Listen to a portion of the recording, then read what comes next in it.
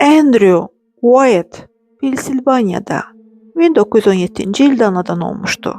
Atası rəssam, illüstrasiyaçı idi. Andrew da atası kimi rəssam oldu. 1948-ci ildə Andrew özünün ən məşhur əsəri olan Kristinanın Dünyası tablosunu çəkdi. Tablodakı Kristina Olson'du. Rəssam onu yaxşı tanıyırdı. Onlar qonşu idilər. Gördüyümüz qadın gənc deyil. Çünki saçlarına dən düşüb.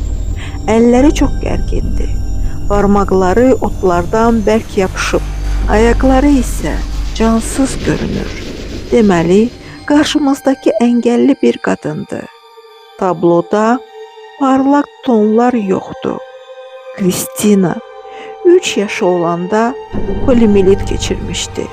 Xəstəlik qızın ayaqlarına ziyan vurmuşdu. 30 yaşında Kristina 1-2 addım ata bilirdi. Andrew bu tablonu çəkəndə Kristinanın 55 yaşı vardı. Tablodan sonra Kristina 20 ildə yaşadı. Tabloda rəssama model isə rəssamın xanımı Bella oldu.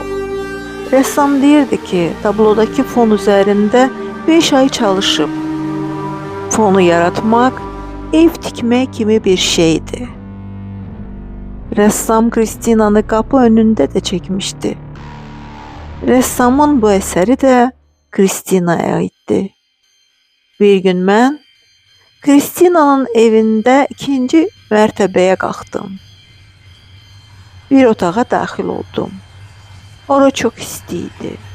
Mən pəncərəni açdım və incə tül mehdən elə qalxıb titrədi ki, sanki bu pərdə yox, bir ruh idi. Tozlu pərdə 30 ildən çox idi ki, tərpənməmişdi. Rəssamın tablosunu New York Müzeyi üçün aldılar. Andrew Wyatt 2009-cu ildə 91 yaşında vəfat etdi.